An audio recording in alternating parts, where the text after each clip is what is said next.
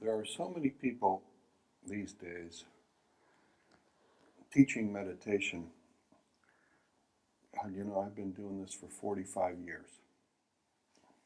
I started teaching yoga in 1969. I started teaching this practice in 1971. And in those days, of course, I was looked upon as a complete lunatic. I'm still looked upon as a complete lunatic. That hasn't changed in the last 45 years. But I'm a lunatic with a much less ambiguous context that I operate in. You notice I didn't say perfectly clear. There's so many people teaching meditation in a completely superficial way.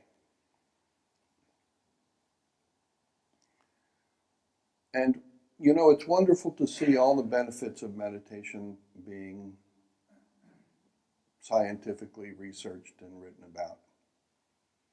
That's wonderful. Meditation is wonderful. But until we get ourselves completely internally organized, and until we have cultivated the capacity to keep ourselves focused on what we are actually doing in this world, then meditation is going to endure as a superficial kind of part of our life, and whatever benefits it brings, for the most part, will evaporate as we go along.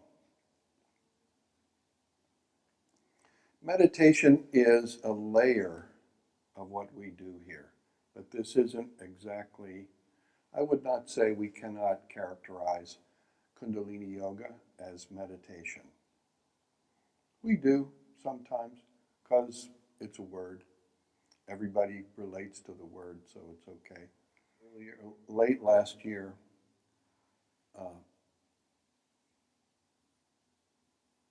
dear friend of mine for a long time, moved here.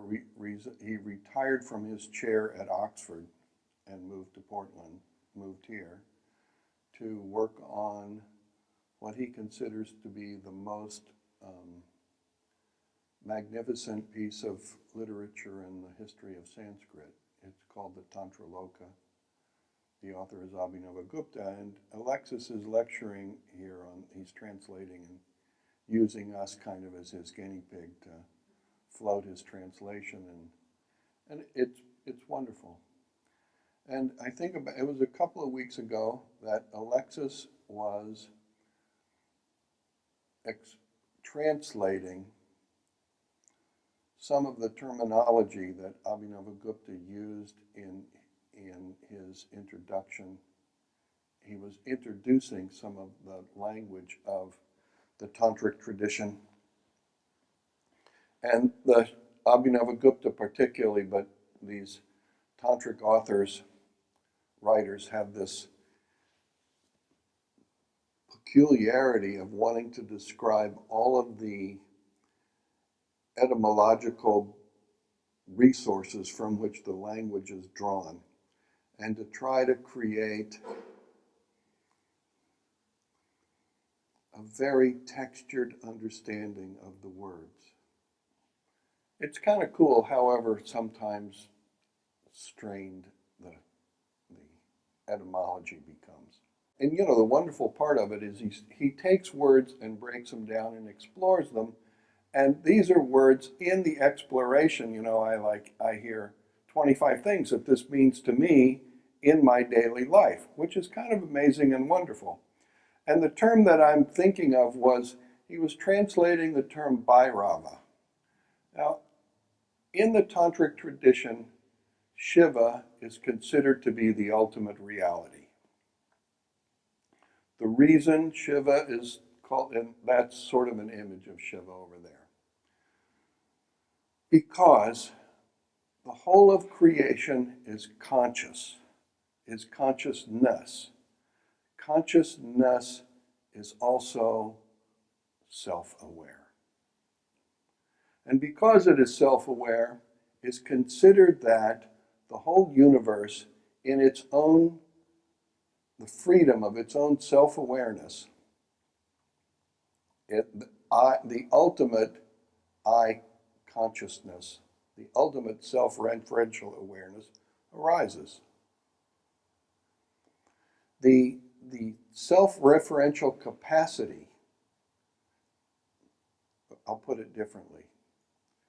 Whenever you say I, whenever each of us says I, the I we are referring to when each of us says I is the same I. And that same I that each of us is referring to, the fundamental awareness within us, that I is Shiva. Shiva's own, not his complete form, his own experience of himself. So while there are many bodies, many minds, there is one awareness. And that one awareness connects us all. That's Shiva. So Shiva, in the technical sense, is well, most of you have done some yoga. So, and in yoga, you have had the experience of Shavasana. If you've ever done Shavasana, that state in which you are so profoundly relaxed that you are at once aware of yourself but not actually aware of your body, where you're just at that point between wakefulness and sleep, that awareness, that completely relaxed, thought-free, non-referential, non-external referential awareness is Shiva. Bhairava is another term for Shiva. Bhairava is Shiva with his eyes open, completely, senses engaged, totally participating in his creation, intense resonance. That's Bhairava. There were 6 definitions of Bhairava that Alexis was giving, and one of those definitions was he who emits the world. Actually, Bhairava was one of the ways in which the Shaivas expressed the concept of a polydynamic universe. Bhairava was the universe in all of its polydynamism. Bhairava in this case is he who emits, who pours forth the world, he who nourishes the world and in turn is nourished by the world. He who nourishes the world and is nourished by the world. And that so reminds me of our practice. Because here we sit, our eyes open, connecting to our own energy, because it's from the energy, it's Bhairava's energy that expresses the world. And we ourselves in our daily lives, we are emitting our own lives, and we are striving to be nourished by that which we emit. Our practice is to take in experience and be nourished by it and transformed from it. And in that transformation, we re-emit our own life, which we are nourished by. And there is a constant circulation of internalizing and being nourished by experience and changing and growing and expressing that change and growth again as our daily life over and over and over again. It's like we make contact within ourselves, become aligned, and flow in our daily lives, being aligned and flowing in that daily life, bringing it into ourselves. This is our work. In this kind of work, we are completely transcending meditation, because this isn't just for sitting down and totally relaxing everything inside you. This is for moving about all day long through your day, refining your understanding of who you are and what you're doing, and refining your understanding of what you are experiencing and which aspects of it are nourishing and which are useless. We are developing discrimination. And as we develop discrimination, we are also equally more capable of expressing devotion to those meaningful dimensions of our existence which can nourish us ever more deeply and from and in which we can grow. So this isn't about becoming still and, oh yeah, I mean, part of it is being still. But it's not about meditation. This is about transforming yourselves and transforming your life.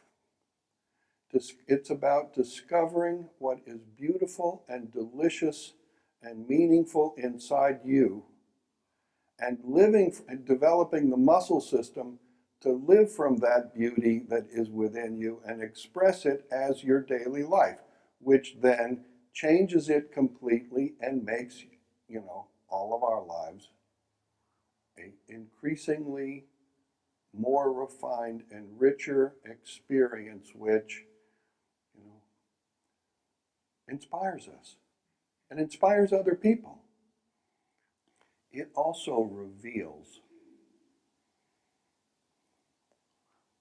the world we live in as a much more complex and sophisticated experience than we could have ever imagined growing up eating Frosted Flakes and watching television.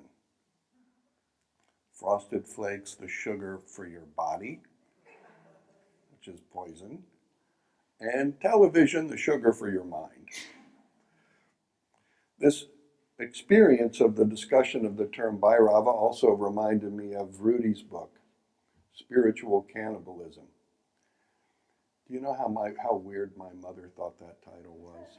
I mean, that seriously wigged. My parents, I think my parents were first really wigged out with me when I told them, I was going off to the revolution. We kind of changed channels at that point. But so it was already slightly strained discourse going on there. But when Rudi's book came out and it was called Spiritual Cannibalism, that really flipped her out. And it flipped her out even more when I explained that it was just like going to communion.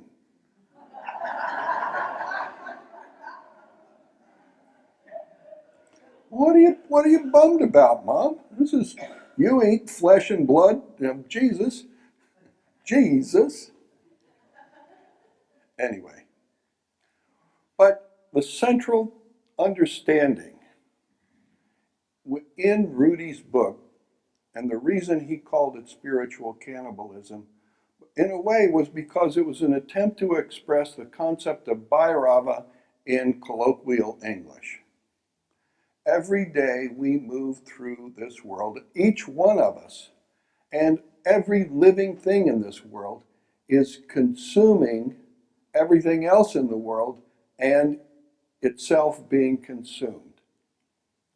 And this dynamic exchange that is going on is so subtle in a way and yet so completely extraordinary and complete that all of the boundaries which we try to establish in which to define ourselves and to define our space and control our life in some way, are absolutely imaginary and impossible. And it's only when we begin to understand that all of life is based on exchange and flow, on circulation and respiratory process, that we begin to develop within ourselves the capacity to break down all these limiting ideas that we have been thoroughly conditioned with, limiting ideas that cause us, rather than digesting experiences, to suppress them. The suppression builds walls inside us, creates tensions, ultimately makes us very ill. The circulation is the process by which the ultimate reality is constantly renewing itself. It is also the process by which this physical body is expressing its fundamental capacity for health. The miracle of health that is present in the physical body is expressed through the process of circulation, respiratory process. And Rudi had this, he had it totally together and down. And his book that he wrote is, however sort of strained the editing was because it was published after he died. It's a beautiful book, and it was wonderful for me to experience Alexis referring to Abhinavagupta talking about the concept of Bhairava, and to understand that that same conception, that same experience is being articulated by Rudi 1,000 years later in Manhattan, with no Sanskrit background whatsoever. And the reason why it's meaningful to me is because what we see happening is people who are reaching deeply into themselves are discovering the eternal truth, which is unchanging. That dimension of ourselves is unchanging. That eternal truth, which is an unimaginable possibility, completely saturated with abundance, is the essence of beauty. And when that beauty is in motion, we call it love, is the essence of beauty and love that can become our life experience. And isn't that what you're doing in this world in the first place? I mean, however bent and twisted the whole experience gets for people, and it gets really bent and twisted, isn't that what we're really doing here? There's something really profound inside each of us. And our job is to wake it up every day and get it going, get it in motion, get it flowing. And as we wake it up and start to get it to move inside us, we align our minds and our hearts in that circulation and move in it in our day. And you'll find that everything starts to have a magic to it that is like unbelievable. And difficult and painful experiences, big disappointments, suddenly, become the sources of meaningful understanding about ourselves and inspiration, instead of, the source of a good crushing that leaves us flattened for the next lifetime or two. I've been doing this for 45 years. It's really hard for me to believe, especially when I teach class, because all that time thing just kind of goes away, doesn't it? But I will say that over the course of these 45 years, the experience that I have as a daily life continues to become increasingly rich and wonderful. It's still crazy. It's still work every day. There's, life is, I think the Buddha said life is suffering. Another way of putting it is life is misery. It is, it's misery. Life is misery. Every day we wake up and it's misery. And it's our job to lift ourselves out of the misery, to open our hearts, to open our minds, to connect to, that dimension of ourselves beyond our bodies and this broken radio in our head. But we were talking this morning about when we were kids. I made a crystal radio when I was a kid. And that's this little tube with some transistors wrapped around it, and it uses a plunger as a tuner, just a little bar you pull in and out.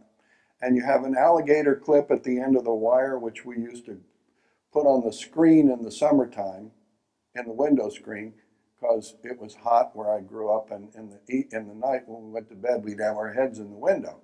We'd hook up this crystal radio, and there was no speaker, you had an earplug. And in the wintertime, we'd hook it up to the radiator. But when you fell asleep as a kid with the earplug in your ear, in the morning you woke up listening to the hog report.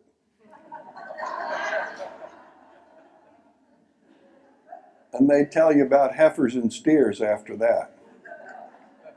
Isn't that funny? You needed no battery for this crystal radio. It ran on the static electricity of a cat's whisker. No joke. I can still sing all the words to every rock and roll song they play on the radio from 1955 to 1968 because of my little crystal radio. I don't know why I went there, but because you guys would have no idea about the hog report in the morning, but unless you happen to grow up in rural Indiana or in Iowa. But arising out of the hog report, a broken radio in my head, a really, actually, astonishingly beautiful, extraordinary life has come about. From the same place, that life has come about for me from the same place that it can come about for you. Stop doubting and just do this. This work is simple. It's not complicated. It's not that hard. And the successful result of it every day is you feel wonderful. And it costs you nothing. And sincerely, if all of us in this room devoted our lives to that effort and even slightly had some success, which is actually guaranteed, the world in one generation would be a profoundly finer place than it is today. It's incredible for me to see Abhinavagupta expounding a truth which Rudi, with the blessing of his own teachers, but without any access to any Sanskrit whatsoever, was able to articulate from within himself, and to understand that same dimension of truth and same richness of experience expressed so elegantly by Abhinavagupta and quite a bit more coarsely by Rudi is available for everyone. And I sincerely hope you care enough about the quality of your own life to find it and cultivate it and grow it and live in it and be blessed by its fruits. Namaste.